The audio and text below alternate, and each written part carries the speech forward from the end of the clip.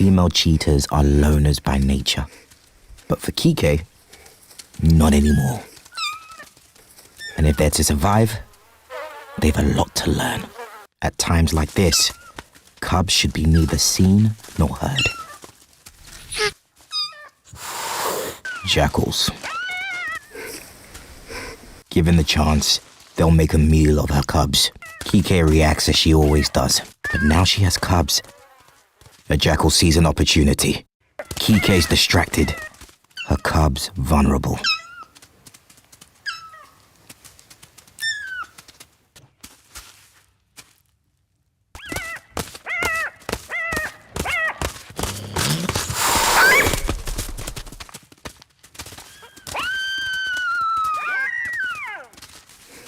Now, her priority is moving her family to safety. Parenting is a skill learned through experience.